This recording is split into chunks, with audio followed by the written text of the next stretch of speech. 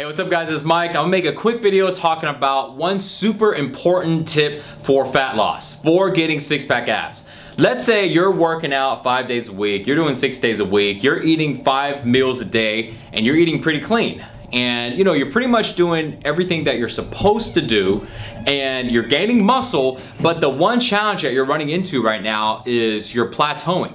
You got some good results, you dropped a little bit of fat, and you built a good amount of muscle, but now you plateaued. You're kind of what I refer to as almost like an off-season type of bodybuilder, but really it's just a guy that has muscles, but not a lot of definition, and definitely no abs. So at this point, what do you do? I was talking to a buddy of mine, and this is what triggered me into making this video, because a good buddy of mine was talking about how he's gonna start doing two a days and 3 a days. And what those are is basically working out twice a day, and he was talking about, because he's been doing 2 a days, now he wants to do 3 a days, working out 3 times a day.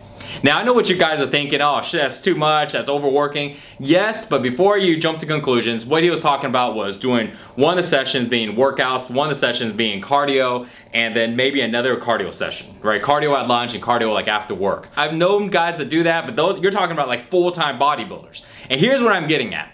So can you do that to get in shape? Yeah, but you're not gonna have a life because you're not gonna be able to keep it up. And that's kind of like the conversation that me and him were having. I was telling him, look, you can't maintain that. Even if you did do that for, you know, let's say a month and got to okay shape, you won't be able to maintain it. You'll just get out of shape again. Once you start working out once a day, your body will just get out of shape because it took three times of training a day to get there. So what I told him though is, because he's running into plateaus. So what I told him was, what you need to do is focus more on your diet, because he's working out, he's building muscle, and he's getting stronger, but his diet is off. Now, basically, he's been telling me that he's been eating really clean. You know, he's cutting out a lot of the carbs. He only eats carbs to basically fill up his glycogen, and besides that, you know, he has protein and veggies in every meal. So the subject I want to talk to you about is, what do you do from there? If you're doing everything right, what do you do from there to break the plateau like my buddy's running into? So this is what you need to do. For us guys that work out, pretty much any time that we go hungry, we tell ourselves most of the time, man, we're going to a catabolic stage in our body, basically where our body is burning muscle. And for you guys that have been working out for a little while, you pretty much know what I'm talking about. And for you new guys that are watching this, basically catabolic is basically where your body starts breaking down muscle for energy.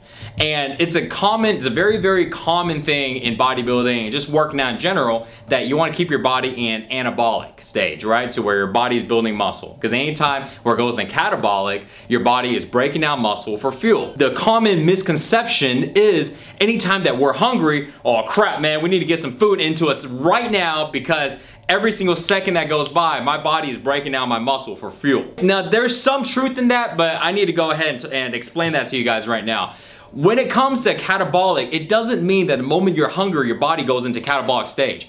What that really is anytime that your body needs a lot of fuel very quickly, because you're doing something very, very active. You know, let's say for example, you're working out and you're starving. You didn't eat before you work out, and then now you're 30 minutes into your workout and you're starving, and you continue to exercise with all the intensity you can. Well, at that point, your body will go into catabolic stage to break down your muscle. But what most people though, what happens is they'll be sitting at their desk in school in front of a computer doing something that's not very active, and then they go hungry. Then in their mind, they're going, oh crap, I need to go ahead and eat right away. But you know what though? If you go ahead and eat right away, it doesn't allow your body a chance to burn fat. Think about it. If you don't ever go hungry throughout the day, when does your body actually burn fat? You're working out, right? But then you eat right after, so your body doesn't have that much time to burn fat. You may burn some extra calories doing your workout, but that's it. Now throughout the day, anytime you eat a meal, it lasts for 2.5 hours, 3 hours. The moment you go hungry, you refill it with another meal. So there's no breakage time for your body to really burn a lot of fat. And you're not being very active, you're just doing regular things throughout the day like most people. But then when you go to sleep, you take you take all these supplements before you go to bed. So then if you sleep for, let's say 6.5 hours, 7 hours, about 3.5 of your hours of your sleep, you still have food in your stomach. Your body will not burn fat if it has extra food in your stomach. Just get that through your mind, okay? Because that's a huge mental shift that personally for myself I had to learn, and a lot of other guys. Because before I was a lot bigger, but I couldn't get rid of my belly fat. You know, I just had this big old gut, but yeah, I had some big old arms, big chest, and big gut to go with it, and I couldn't realize what I was doing. I couldn't get rid of it. I'll cardio, I'll do all this stuff, but then I would just eat. And that's the thing. You're overeating because you're not allowing your body a chance to break down fat. So what you need to do is to actually go hungry for a little while. Now, don't think, again, hunger means catabolic. It doesn't mean that. You can go hungry for 30 minutes up to about an hour, especially when you're not doing very active things, and allow your body to go ahead and utilize some fat for energy. Because think about it.